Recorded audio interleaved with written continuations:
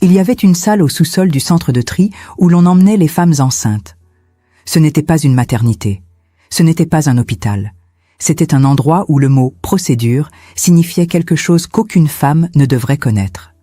J'y étais, j'ai survécu. Et pendant 60 ans, j'ai porté le poids de ce silence comme on porte une pierre dans la poitrine. Maintenant, à 85 ans, j'ai décidé de parler. Parce que ce qu'ils nous ont fait, à des femmes qui portaient loin des vies innocentes, ne peut pas mourir avec moi. Je m'appelle Élise Moreau. Je suis née en 1918, dans un petit village près d'Épinal, dans l'est de la France. J'ai grandi entre les vignobles et les champs de blé, dans une maison de pierre où ma mère préparait le pain chaque matin et où mon père réparait des horloges dans l'atelier à côté de la cuisine. Je me suis mariée à 22 ans avec Henri, un homme tranquille qui travaillait à la scierie. Nous avions des projets simples, une maison plus grande, des enfants, une vie ordinaire. Jusqu'à ce que la guerre arrive et transforme tout en cendres. Quand les Allemands sont entrés dans notre village en mai 1940, Henri a été emmené un matin de brouillard. Il s'est retourné avant de monter dans le camion et m'a regardé. Il n'a rien dit. Il n'en avait pas besoin. Je savais que ce regard était un adieu. 3 semaines plus tard, j'ai découvert que j'étais enceinte. 4 mois se sont écoulés. Mon ventre commençait à grossir. Je me cachais, j'évitais la place centrale. J'essayais d'être invisible.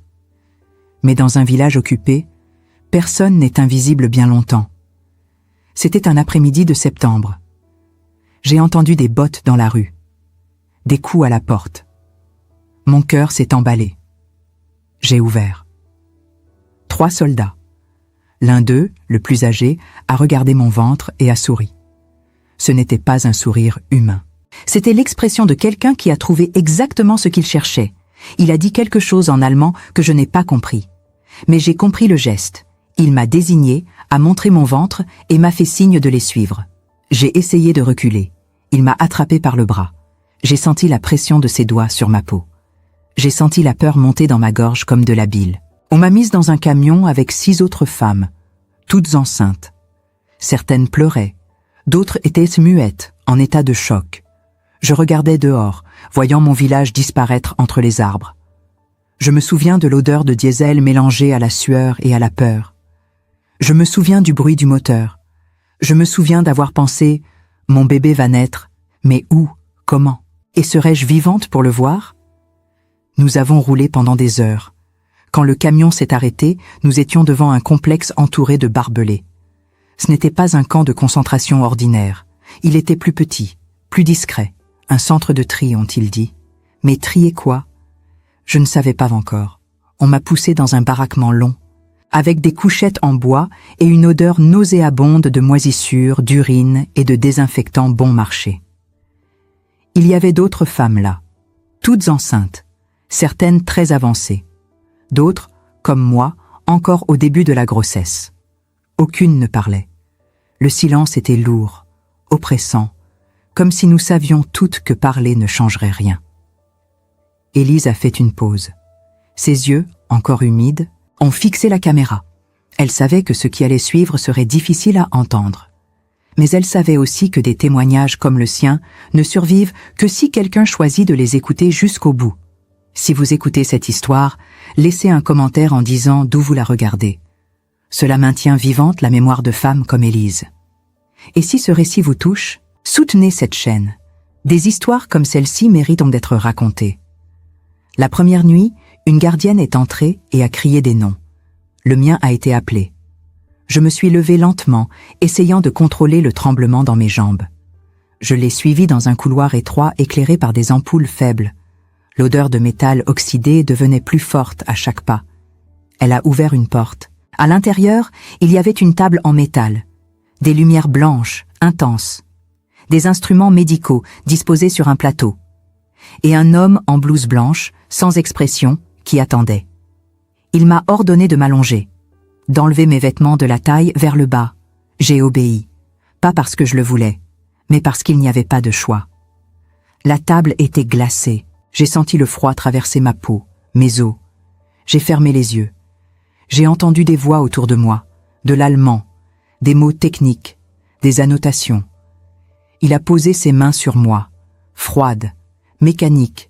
Ce n'était pas un examen, c'était une inspection. Comme on évalue du bétail. Ressentir cela, alors qu'on porte une vie en soi, est quelque chose qu'on n'oublie jamais. C'est une violation qui n'a pas besoin de brutalité physique pour être dévastatrice. C'est le message clair. Tu n'es pas une personne, tu es une ressource. Quand ils ont terminé, ils m'ont dit de me rhabiller et de retourner au baraquement. Ils n'ont rien expliqué. Ils n'ont pas dit ce qu'ils allaient me faire. Ils m'ont simplement renvoyé. Je suis revenue en titubant, essayant de respirer. Les autres femmes m'ont regardée. Elles savaient. Toutes étaient passées par là, ou allaient y passer. Les jours suivants, j'ai commencé à comprendre. Cet endroit n'était pas fait pour sauver les bébés. Il était fait pour les contrôler. Décider qui méritait de naître. Décider qui servait. Il y avait une logique froide, systématique, derrière chaque procédure. Les femmes enceintes étaient séparées par origine, par apparence, par caractéristiques physiques. Certaines recevaient une meilleure nourriture, d'autres presque rien. Certaines étaient examinées avec soin, d'autres traitées comme jetables. J'étais dans le second groupe. Mais il y avait autre chose, quelque chose que je n'arrivais pas encore à nommer. Un schéma, une routine qui concernait les femmes proches de l'accouchement. Elles disparaissaient, emmenées dans une autre aile, et quand elles revenaient, elles étaient différentes, muettes, brisées, certaines sans leur bébé, d'autres avec des bébés qui ne semblaient pas être les leurs. J'observais tout. J'essayais de comprendre, et la peur en moi grandissait avec mon ventre. Une nuit, une femme nommée Marguerite, qui partageait la couchette à côté de la mienne, m'a chuchoté « Ne fais confiance à rien de ce qu'ils disent. Avant l'accouchement, ils font des choses qui n'ont pas de nom. Et après, tu n'es plus toi-même. » J'ai demandé quoi? Elle a détourné le visage et n'a pas répondu. Mais j'ai vu des larmes couler sur son visage. Et j'ai compris qu'il y avait quelque chose de pire que mourir. C'était survivre en portant ce qu'ils avaient fait.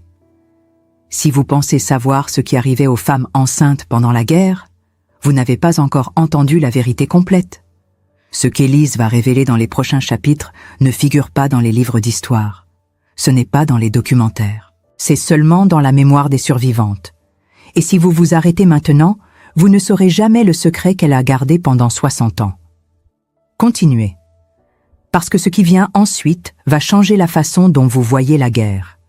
Je me souviens du jour où ils m'ont emmené pour la première fois dans la salle du sous-sol. C'était ma 12e semaine dans ce centre. Mon ventre avait grossi. Les coups de pied du bébé avaient commencé. De petits mouvements, fragiles, qui me rappelaient que j'étais encore en vie, que nous étions encore en vie. Mais ce matin-là, quand la gardienne a crié mon nom, j'ai su que quelque chose avait changé. Elle m'a conduite par un escalier étroit, éclairé par une seule ampoule suspendue. L'air devenait plus froid à chaque marche, plus lourd.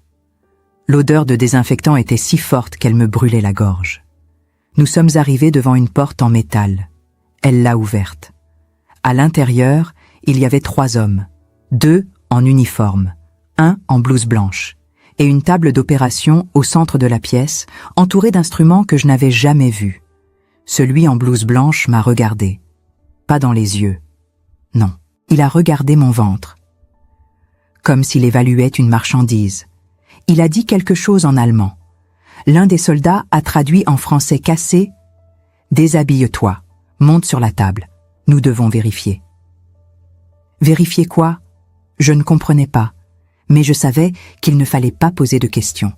Alors, je me suis déshabillée, lentement, les mains tremblantes, et je me suis allongée sur cette table glacée, nue, exposée, pendant que 3 hommes me regardaient comme si j'étais un objet. Le médecin, si on peut appeler ça un médecin, s'est approché.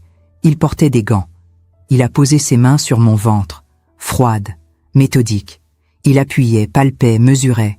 Puis il a pris un instrument métallique, long, froid, et il l'a introduit. Je ne vais pas décrire la douleur. Ce n'est pas la douleur qui reste. C'est l'humiliation. C'est le regard vide de cet homme pendant qu'il faisait ça. C'est la certitude que, pour lui, je n'étais rien.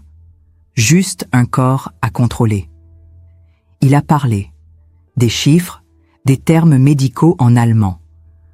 L'autre soldat prenait des notes.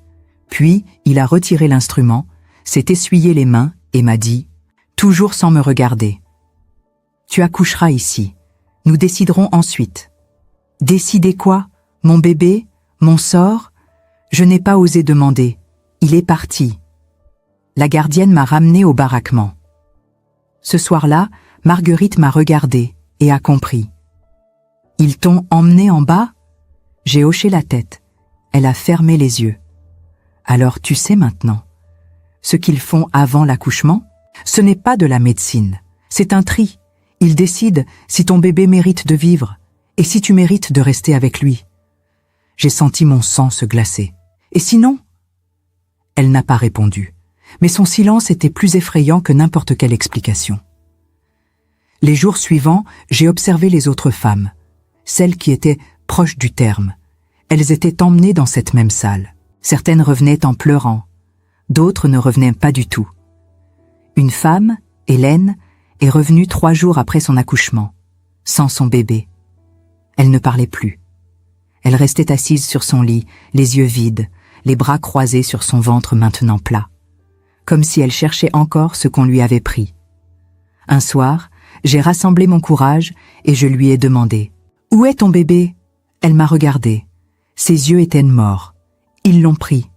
Ils ont dit qu'il était malade, qu'il fallait le soigner ailleurs. Mais je sais qu'ils mentent. Sa voix s'est brisée. Ils l'ont pris parce qu'il n'était pas ce qu'ils voulaient. J'ai compris alors. Ce centre n'était pas seulement un lieu de détention. C'était un laboratoire.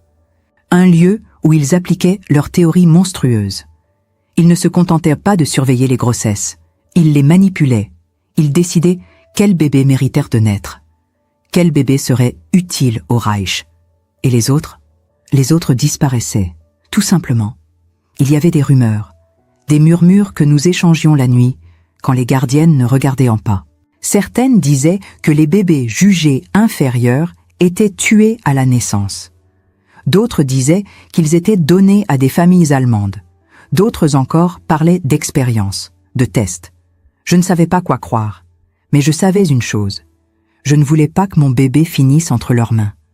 Alors j'ai commencé à faire semblant, à paraître soumise, à obéir sans résister, à sourire même quand je voulais hurler. Je me suis dit que si j'étais docile, peut-être qu'il me laisserait tranquille. Peut-être qu'il ne ferait pas de mon bébé une statistique. Mais au fond de moi, je savais que ça ne suffisait pas. Il fallait que je trouve un moyen de sortir, ou au moins de protéger mon enfant.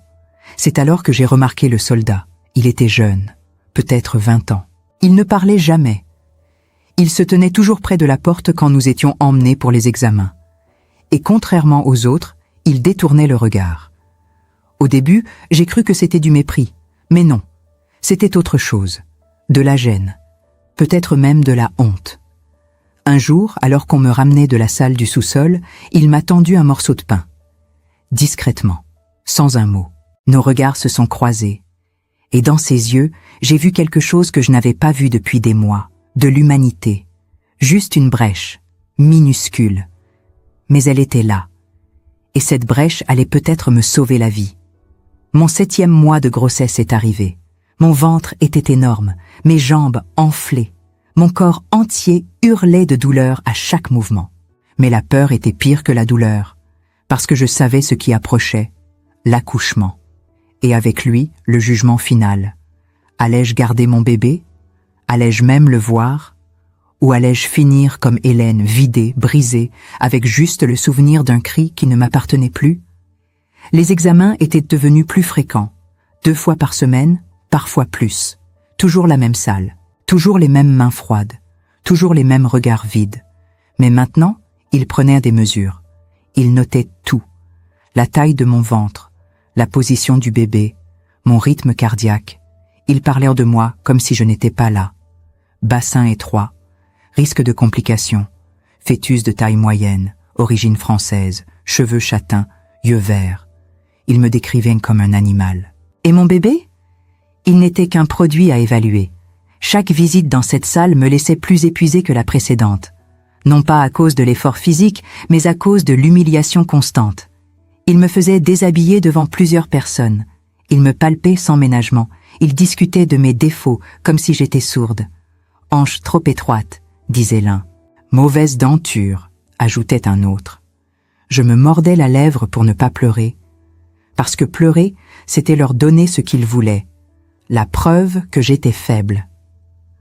Un jour, alors que j'étais allongée sur cette table maudite, j'ai entendu l'un des médecins dire à son assistant « Celle-ci ne vaut rien, mais le fœtus pourrait être viable.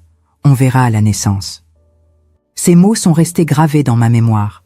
Celle-ci ne vaut rien, comme si ma vie n'avait aucune importance, comme si je n'étais qu'un contenant temporaire pour ce qu'ils considéraient comme précieux. Je suis retournée au baraquement ce soir-là avec une certitude glaciale. Ils me prendraient mon bébé. Peu importe ce que je ferais, peu importe ce que je dirais. Mon enfant était déjà leur propriété dans leur esprit tordu. Et moi, je n'étais qu'un obstacle à éliminer une fois ma fonction accomplie. Marguerite m'a vue assise sur ma couchette, les mains tremblantes posées sur mon ventre. Elle s'est approchée et s'est assise à côté de moi. « Élise » a-t-elle murmuré, « je sais ce que tu ressens, nous sommes toutes passées par là, mais écoute-moi bien. Il y a une chose que tu peux faire, une seule. Quand tu accoucheras, ne montre aucune émotion, ne pleure pas, ne souris pas, ne les laisse pas voir que tu aimes cet enfant, parce que s'ils savent que tu l'aimes, ils te le prendront juste pour te briser davantage. » Ces paroles m'ont glacé le sang, mais je savais qu'elle avait raison. Dans cet endroit, l'amour était une faiblesse, l'attachement, une arme qu'ils utilisaient contre nous. Les femmes qui montraient trop d'affection pour leur bébé étaient celles qui souffraient le plus, celles qui suppliaient, qui criaient, qui tendaient les bras désespérément. Elles étaient battues, humiliées, parfois même tuées. Le message était clair, tu n'as aucun droit, pas même celui d'aimer. Alors j'ai pris une décision. Quand mon bébé naîtrait, je ferais tout pour paraître indifférente. Je jouerais leur jeu monstrueux. Je deviendrais de pierre. Et peut-être, juste peut-être, cette façade me permettrait de le sauver, ou du moins de savoir ce qui lui arriverait. Les jours ont passé. Mon ventre continuait de grossir. Les mouvements du bébé devenaient plus forts, plus fréquents. Chaque coup de pied me rappelait que j'avais une vie en moi. Une vie qui ne méritait pas ce destin. Une vie qui ne méritait pas de naître dans un monde aussi cruel. Une nuit, alors que je ne parvenais pas à dormir à cause des douleurs dans mon dos, j'ai entendu des cris venant de l'autre bout du baraquement. Une femme accouchait. Pas dans la salle du sous-sol, ici, sur sa couchette, parce qu'elle n'avait pas eu le temps d'être emmenée. J'ai entendu ses gémissements, ses supplications, puis un cri strident, le cri d'un nouveau-né, et ensuite, le silence. Les gardiennes sont arrivées quelques minutes plus tard. Elles ont pris le bébé. La femme a tendu les bras. « Mon bébé » a-t-elle murmuré. « Rendez-moi mon bébé. » Mais elles ne l'ont même pas regardé. Elles sont parties avec l'enfant enveloppé dans un linge sale. La femme s'est effondrée. Elle a pleuré toute la nuit. Et au matin, elle était morte. Hémorragie, ont dit les gardiennes. Mais moi, je savais. Elle était morte de chagrin, de désespoir, de l'impossibilité de vivre après ce qu'on lui avait fait. Cette nuit-là a marqué quelque chose en moi. J'ai compris que je ne devais pas m'effondrer, que si je voulais survivre, il fallait que je sois plus forte que la douleur, plus dure que la cruauté, parce que sinon je finirais comme elle, et mon bébé n'aurait même pas une mère pour se souvenir de lui. Les contractions ont commencé une nuit de février, 1941. Il faisait un froid mordant. La neige tombait dehors. Je me suis réveillée en sueur, le ventre serré par une douleur si intense que je ne pouvais plus respirer. J'ai appelé la gardienne. Elle est venue, m'a regardée avec dédain et a crié « C'est l'heure, emmenez-la !» 2 gardiennes m'ont saisi par les bras et m'ont traîné hors du baraquement. Le froid de la nuit m'a frappé comme un coup de poing. Je portais seulement une chemise fine. Mes pieds nus touchèrent la neige. Mais elles ne m'ont pas laissé le temps de m'arrêter. Elles m'ont traîné jusqu'au bâtiment principal, puis en bas des escaliers, vers cette salle maudite que je connaissais déjà trop bien. Quand elles ont ouvert la porte, j'ai vu la scène qui m'attendait, la table en métal au centre, les lumières blanches aveuglantes. Et cette fois, il y avait plus de monde. 2 médecins, 3 infirmières et le jeune soldat, celui qui m'avait donné du pain. Il se tenait dans un coin, immobile, les mains derrière le dos. Nos regards se sont croisés. Juste un instant, et j'ai vu dans ses yeux quelque chose que je n'aurais jamais imaginé, de la pitié. Ils m'ont jeté sur la table. J'ai senti le métal glacé contre ma peau nue. Une infirmière a attaché mes jambes avec des sangles. Une autre a attaché mes bras. J'étais immobilisée, incapable de bouger, incapable de me défendre. Les contractions devenaient insoutenables. Je serrais les dents pour ne pas hurler. Mais la douleur était trop forte. J'ai crié. Encore, encore.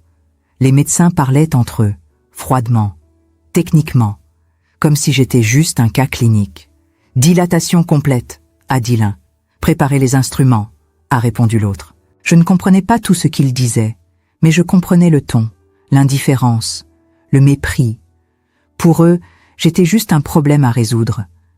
Les heures ont passé, ou peut-être des minutes. Je ne savais plus. La douleur me faisait perdre toute notion du temps. J'ai senti quelque chose se déchirer en moi. Un cri est sorti de ma gorge. Un cri que je ne reconnaissais pas. Et puis j'ai senti la pression, le déchirement. Et enfin, après ce qui m'a semblé une éternité, j'ai entendu un cri, le cri de mon bébé. Mon cœur s'est arrêté. C'était lui, mon enfant, vivant. Je l'entendais pleurer, ce petit cri fragile qui signifiait que la vie avait triomphé malgré tout. J'ai voulu le voir. J'ai tendu les mains autant que les sangles me le permettaient. Mon bébé, ai-je murmuré. Je veux voir mon bébé. Mais personne ne m'a répondu. L'un des médecins a pris l'enfant dans ses mains. Je ne voyais rien. Juste son dos. Il l'a emmené dans un coin de la salle. J'ai essayé de tourner la tête, de voir. Mais l'une des infirmières m'a maintenu la tête en place. « Reste tranquille », a-t-elle dit d'une voix froide. « Sinon, tu ne le reverras jamais. » J'ai obéi, parce que cette menace était réelle. J'ai fermé les yeux. J'ai écouté.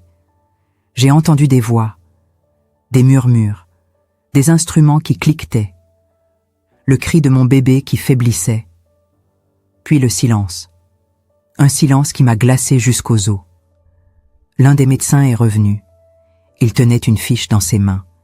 Il a regardé le jeune soldat, puis moi, et il a dit, d'une voix neutre, presque ennuyée, « Le bébé est en bonne santé, mais il ne correspond pas aux critères. Il sera transféré. » Ces mots ont résonné dans ma tête comme un coup de tonnerre. Il ne correspond pas aux critères. Qu'est-ce que cela signifiait? Que mon bébé n'était pas assez blond, pas assez grand, pas assez parfait pour leur vision monstrueuse de la race supérieure, et transféré où? Vers quoi? J'ai crié. Où? Où allez-vous l'emmener? Ma voix était rauque, brisée. Personne ne m'a répondu. Ils ont enveloppé mon bébé dans un linge. Je ne l'ai même pas vu, ni son visage, ni ses yeux, ni ses petites mains. Rien. Ils l'ont emporté hors de la salle. Et moi, je suis restée là, attachée, sanglante, vidée, hurlant dans cette pièce froide pendant que mon enfant disparaissait de ma vie. Les sangles ont été retirées. Les infirmières m'ont nettoyée sommairement. Elles m'ont jeté une chemise propre. « Debout » a ordonné l'une d'elles. Mais je ne pouvais pas. Mes jambes ne me portaient plus. Mon corps était épuisé. Mon âme était brisée. Elles m'ont traîné hors de la salle, dans le couloir, puis dans les escaliers. Mes pieds traînaient sur le sol. Je ne sentais plus rien. J'étais déjà morte à l'intérieur. Le jeune soldat était resté, même après que les autres soient partis. Il m'a suivi dans le couloir. Quand les infirmières m'ont lâché devant la porte du baraquement, il s'est approché. Lentement, comme s'il avait peur. Il m'a regardé, et il a dit, dans un français hésitant, maladroit, « Je suis désolé. » Juste ça. 2 mots. 2 mots qui ne changeaient rien, qui ne me rendaient pas mon bébé, qui ne réparaient pas ce qui avait été détruit. Mais dans ce moment, ces 2 mots étaient tout ce qui me restait d'humanité, parce qu'ils signifiaient qu'au moins une personne dans cet enfer reconnaissait que ce qui venait de se passer était mal. Il est parti. Et moi, je suis entrée dans le baraquement. Les autres femmes m'ont regardée. Elles ont vu mon visage, mon corps tremblant, mes mains vides, et elles ont su. Elles savaient que j'avais rejoint leur rang, le rang des mères fantômes, celles qui avaient porté la vie, donné naissance, et perdu tout dans la même nuit. Je me suis effondrée sur ma couchette. J'ai posé mes mains sur mon ventre. Il était vide maintenant, plat, comme si rien ne s'était jamais passé, comme si mon bébé n'avait jamais existé. Et dans ce silence, dans cette douleur insupportable, j'ai compris quelque chose. Ce qu'il m'avait épris n'était pas seulement un enfant, c'était une partie de moi. Une partie que je ne récupérerai jamais. Après l'accouchement, ils m'ont ramenée au baraquement. J'étais vide, pas seulement physiquement, émotionnellement, spirituellement. Mon corps saignait, mon âme aussi. Les autres femmes m'ont regardé. Elles savaient. Elles avaient toutes ce même regard. Le regard de celles qui ont perdu quelque chose qu'elles ne récupéreraient jamais. Le regard de celles qui portent un deuil, sans corps, sans tombe, sans adieu. Marguerite s'est assise à côté de moi. Elle n'a rien dit. Elle a juste posé sa main sur la mienne. Et dans ce silence, j'ai compris quelque chose de fondamental. Nous étions des fantômes. Des femmes que la guerre avait vidées de leur humanité. Nos bébés étaient devenus des outils, des statistiques, des expériences. Et nous n'étions que des incubateurs, des corps utilisés puis jetés comme des objets cassés dont on n'a plus besoin. Les jours ont passé, puis les semaines. Mon corps guérissait lentement. Les saignements se sont arrêtés. Les douleurs physiques se sont atténuées. Mais pas mon esprit. Jamais mon esprit. Je rêvais de mon bébé chaque nuit. Je l'entendais pleurer dans mes rêves. Je sentais son poids dans mes bras. Je voyais son petit visage que je n'avais jamais eu la chance de voir vraiment. Mais au réveil, il n'y avait rien. Juste le vide. Juste cette douleur sourde qui ne me quittait jamais. Et la certitude absolue que je ne le reverrais jamais. Je ne savais même pas si c'était un garçon ou une fille. Cette question me hantait. Pendant des semaines, j'ai essayé de me rappeler. Y avait-il eu un mot, un pronom, quelque chose qui m'aurait donné un indice? Mais non. Ils avaient été si prudents, si méthodiques dans leur cruauté. Ils ne m'avaient rien laissé, pas même ce petit détail qui aurait pu me permettre d'imaginer mon enfant, de lui donner un visage dans mes pensées. Les autres femmes du baraquement étaient dans le même état. Certaines parlaient toutes seules, d'autres restaient mutiques pendant des jours entiers. Hélène, celle qui avait perdu son bébé quelques semaines avant moi, avait développé une habitude étrange. Elle berçait un morceau de tissu roulé en boule comme si c'était un nouveau-né. Elle lui chantait des berceuses, elle lui parlait doucement. Les gardiennes la battaient pour ça. Mais elle continuait, parce que c'était sa façon de survivre, sa façon de ne pas devenir complètement folle. Moi, j'ai choisi le silence. Je ne parlais à personne. Je ne pleurais pas. Je ne montrais rien. J'étais devenue exactement ce qu'ils voulèrent que je sois, une coquille vide. Mais à l'intérieur, tout brûlait. La rage, la douleur, le désespoir. Tout ça bouillonnait en moi comme un volcan prêt à exploser. Mais je le gardais enfermé, parce que montrer mes émotions leur donnerait du pouvoir sur moi, et je refusais de leur donner quoi que ce soit de plus. Un matin, la gardienne est entrée et a crié des noms. Le mien était parmi eux. « Vous partez, on vous transfère. » Mon cœur s'est serré. Où? Pourquoi? Personne ne savait. Mais nous étions trop épuisés pour poser des questions, trop brisés pour nous battre. On nous a fait sortir du baraquement, alignés dans la cour. Il faisait froid, un froid glacial qui nous transperçait jusqu'aux os. Nous portions toujours nos chemises fines. Pas de manteau, pas de chaussures décentes, rien. On nous a chargés dans un camion, le même type de camion qui m'avait amené ici des mois auparavant. Direction inconnue. Pendant le trajet, j'ai regardé par la fenêtre. Les champs enneigés, les villages détruits, les arbres nus. Et je me suis demandé si mon bébé était quelque part là-bas, vivant ou mort, adopté par une famille allemande, ou jeté dans une fosse commune. Je ne savais pas. Et cette incertitude était peut-être pire que la vérité. Nous avons roulé pendant des heures, peut-être toute une journée. Je ne sais plus. Le temps n'avait plus de sens. Quand le camion s'est enfin arrêté, nous étions devant un autre camp. Plus grand, plus sombre, plus brutal. Ravensbrück. J'ai entendu ce nom murmuré par les autres prisonnières. Un camp de femmes, Un enfer réservé à celles qui n'avaient pas leur place dans le monde parfait qu'ils essayèrent de construire. Là-bas, personne ne parlait de grossesse. Personne ne parlait de bébé. On travaillait, on mourait, on survivait. C'était tout. Il n'y avait pas de place pour les souvenirs, pas de place pour le deuil. Juste la survie immédiate. Trouver de la nourriture, éviter les coups, ne pas attirer l'attention, respirer un jour de plus. Mais moi, je ne pouvais pas oublier. Chaque fois que je voyais une femme enceinte, ce qui arrivait encore, même là, mon cœur se serrait. Je la regardais et je revoyais mon propre ventre rond. Je revoyais cette table froide. Je réentendais le cri de mon bébé. Chaque fois que j'entendais un enfant pleurer au loin, parce qu'il y avait des enfants là-bas aussi, nés dans le camp ou amenés avec leur mère, je me figeais. Mon sang se glaçait et je me demandais, est-ce lui? Est-ce mon enfant? Bien sûr, ce n'était jamais lui. Je le savais. Mais mon cœur refusait de l'accepter. Mon cœur continuait d'espérer, contre toute logique, contre toute raison. Parce que l'espoir est parfois la seule chose qui nous empêche de sombrer complètement. Les mois se sont transformés en années. 1941, 1942, 1943, 1944. Le temps passait dans un brouillard de souffrance et d'épuisement. Je travaillais dans l'atelier de couture. Mes doigts saignaient sur les aiguilles. Mes yeux brûlaient sous les lumières faibles. Mais je cousais, encore et encore. Parce que celles qui ne travaillaient pas assez vite étaient envoyées ailleurs. Et ce « ailleurs » signifiait souvent la mort. J'ai vu des femmes mourir de faim, de maladie, de désespoir. J'ai vu des exécutions, des pendaisons, des disparitions silencieuses au milieu de la nuit. Et à chaque fois, je me demandais « Pourquoi pas moi ? Pourquoi suis-je encore en vie ?» Je n'avais pas de réponse. Peut-être que la vie est juste aléatoire. Peut-être que certains survivent par pur hasard. Ou peut-être que quelque chose en moi refusait de mourir.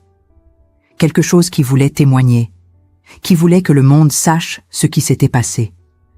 La guerre a pris fin en 1945. Les Alliés sont arrivés.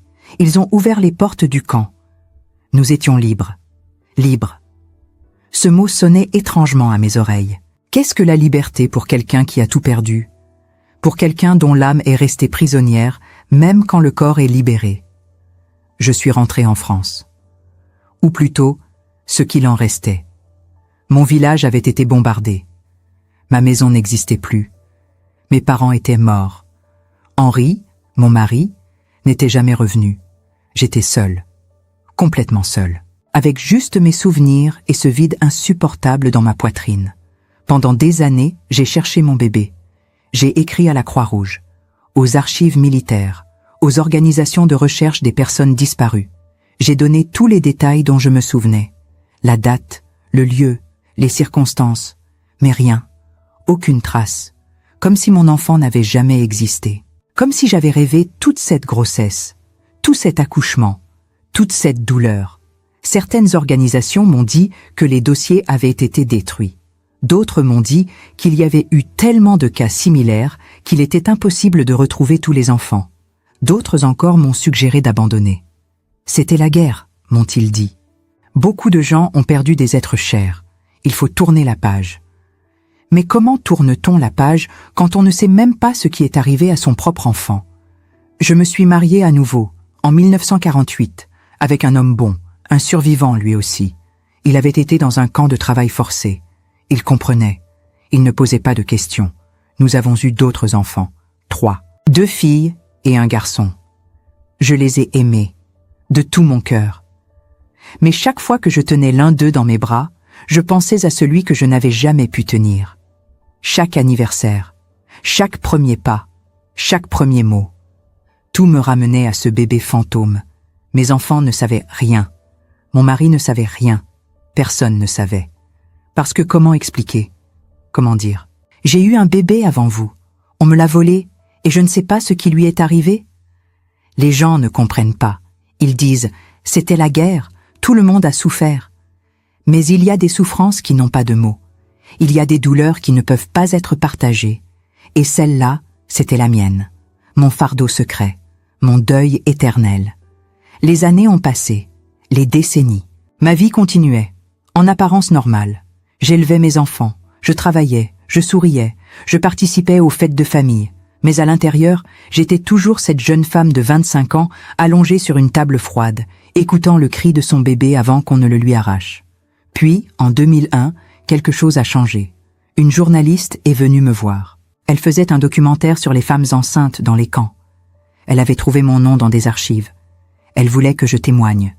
J'ai refusé, immédiatement, sans réfléchir. Parce que parler de ça, c'était rouvrir une plaie qui ne s'était jamais vraiment refermée. Mais elle est revenue, encore et encore.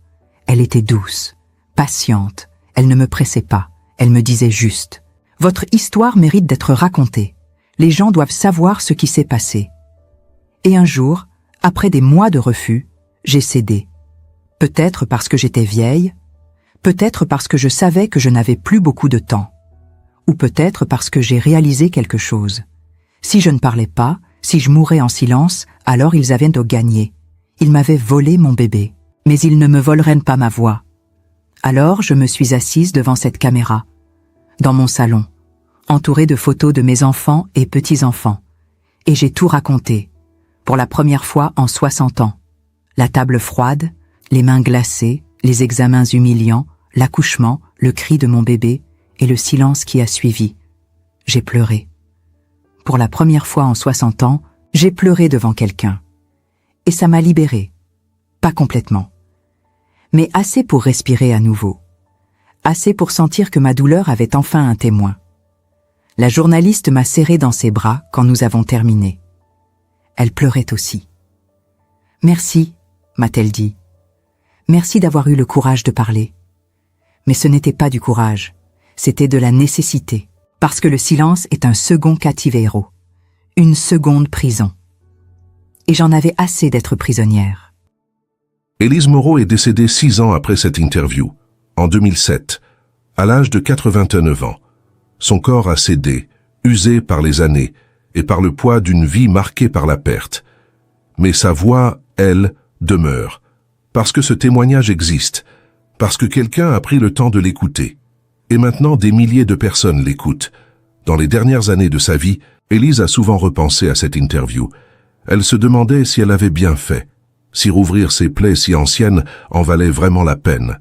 Mais chaque fois qu'elle recevait une lettre d'un étudiant qui avait vu son témoignage, chaque fois qu'un historien la citait dans ses recherches, elle comprenait que oui, que son histoire ne lui appartenait plus seulement à elle, qu'elle appartenait à toutes les femmes qui avaient été vécues la même chose et qui n'avaient jamais pu parler.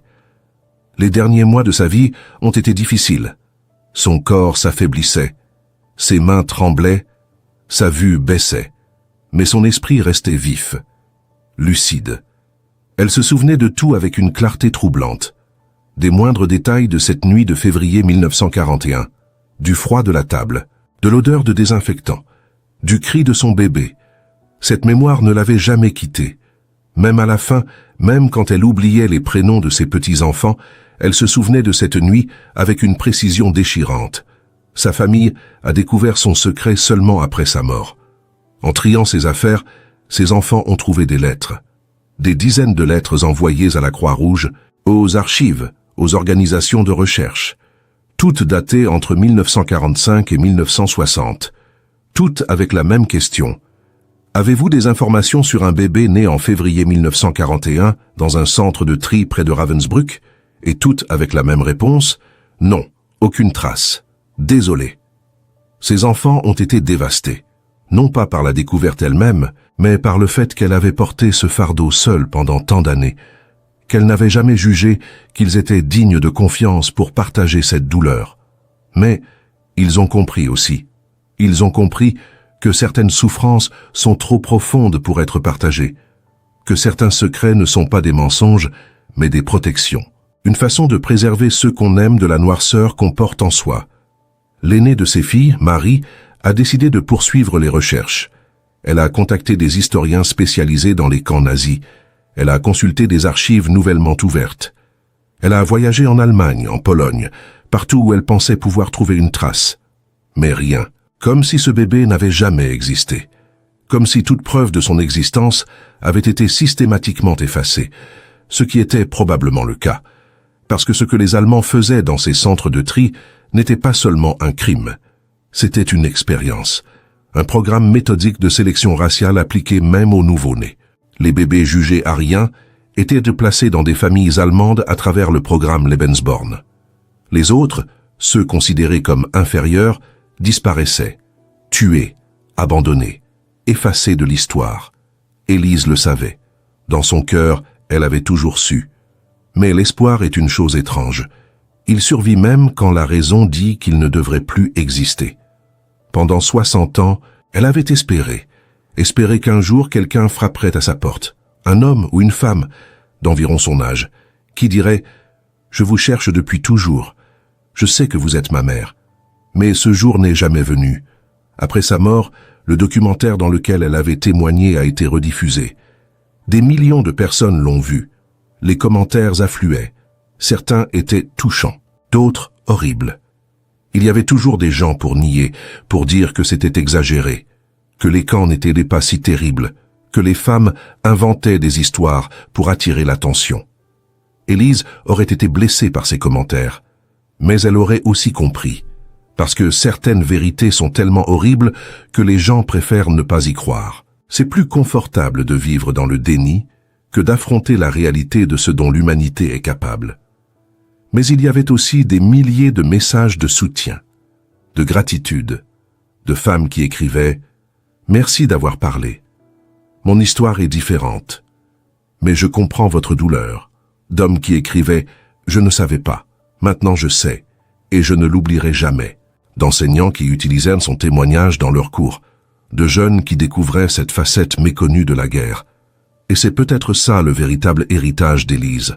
Pas la réponse qu'elle cherchait, pas la réunion qu'elle espérait, mais la connaissance, la conscience, le refus d'oublier, parce que l'oubli est une seconde mort, et tant qu'on se souvient, tant qu'on raconte, ces femmes et ces bébés continuent d'exister.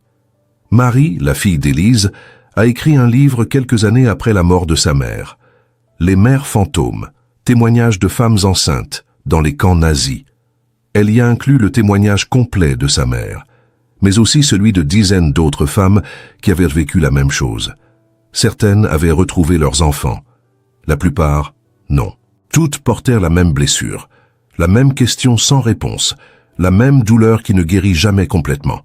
Le livre a été un succès, pas commercial, mais humain. Il a touché des gens. Il a ouvert des conversations.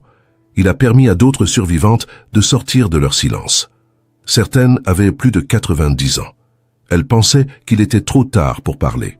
Mais le livre leur a montré que ce n'est jamais trop tard, que leur voix compte, que leur histoire mérite d'être entendue. Une femme en particulier a contacté Marie. Elle s'appelait Hélène, le même prénom que la femme du baraquement dont Élise avait parlé dans son témoignage. Ce n'était pas la même personne. Cette Hélène-là était morte en 1941. Mais c'était une autre Hélène, une autre mère fantôme. Elle avait été dans le même centre de tri qu'Élise. Quelques mois plus tard, elle avait vécu la même chose, la même table froide, les mêmes mains glacées, le même cri arraché, la même disparition.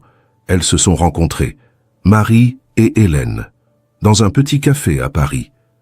Hélène avait apporté des photos, des lettres, des documents qu'elle avait gardés pendant des décennies. Elle aussi avait cherché. Elle aussi n'avait rien trouvé. Mais elle voulait que Marie sache que sa mère n'était pas seule, qu'il y en avait eu d'autres, des centaines, peut-être des milliers, et que toutes méritaient d'être reconnues. Marie a pleuré ce jour-là, parce qu'elle a compris quelque chose.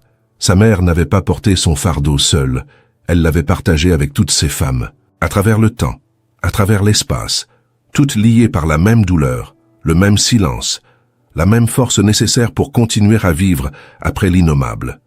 Aujourd'hui, il existe un mémorial, pas grand, pas officiel, mais il existe. C'est un mur dans un petit musée à Berlin. Sur ce mur, il y a des noms, des centaines de noms, de femmes qui ont accouché dans les camps, et à côté de chaque nom, une ligne vide pour l'enfant, parce que la plupart du temps, on ne connaît même pas le nom de l'enfant. On sait juste qu'il a existé, qu'il est né, et qu'il a disparu. Le nom d'Élise Moreau est sur ce mur. Et à côté, cette inscription, Enfant né en février 1941. Sexe inconnu. Destin inconnu. Jamais oublié. Parce que c'est ça, finalement, la vérité. On ne peut pas toujours obtenir la justice. On ne peut pas toujours obtenir des réponses. Mais on peut refuser d'oublier. On peut témoigner. On peut transmettre. On peut s'assurer que ces vies, aussi brèves, aussi tragiques qu'elles aient été, ne soient pas effacées de l'histoire. Et voilà pourquoi ce témoignage existe, pourquoi il continue d'être partagé, pourquoi des gens comme vous l'écoutent aujourd'hui. Pas parce que c'est confortable, pas parce que c'est agréable, mais parce que c'est nécessaire. Parce que si nous ne regardons pas en face ce dont l'humanité a été capable, nous risquons de le laisser se reproduire. Élise se posait une question vers la fin de sa vie. Une question qu'elle a posée à la journaliste lors de cette interview. Une question qui résonne encore aujourd'hui. Si l'humanité peut faire ça, si elle peut réduire une femme enceinte à un objet, voler son enfant, et continuer comme si de rien n'était, qu'est-ce qui nous empêche de le refaire? Elle n'avait pas de réponse. Personne n'en a vraiment. Mais elle avait une conviction.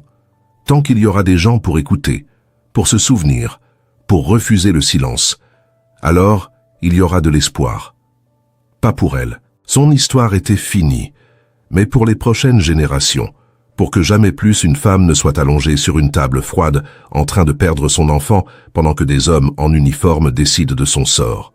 Les petits-enfants d'Élise ont grandi en connaissant son histoire. Pas tous les détails. Certains sont trop durs pour les jeunes oreilles. Mais l'essentiel. Ils savent qu'ils ont eu un oncle ou une tante qu'ils n'ont jamais connu. Quelqu'un qui existe quelque part dans l'arbre généalogique, même sans nom, même sans visage. Et ils portent cette mémoire avec eux. Ils la transmettront à leurs propres enfants. Et ainsi de suite. C'est ça l'immortalité qu'Élise a gagnée. Pas celle du corps, mais celle de la mémoire. Tant qu'il y aura quelqu'un pour raconter son histoire, elle vivra.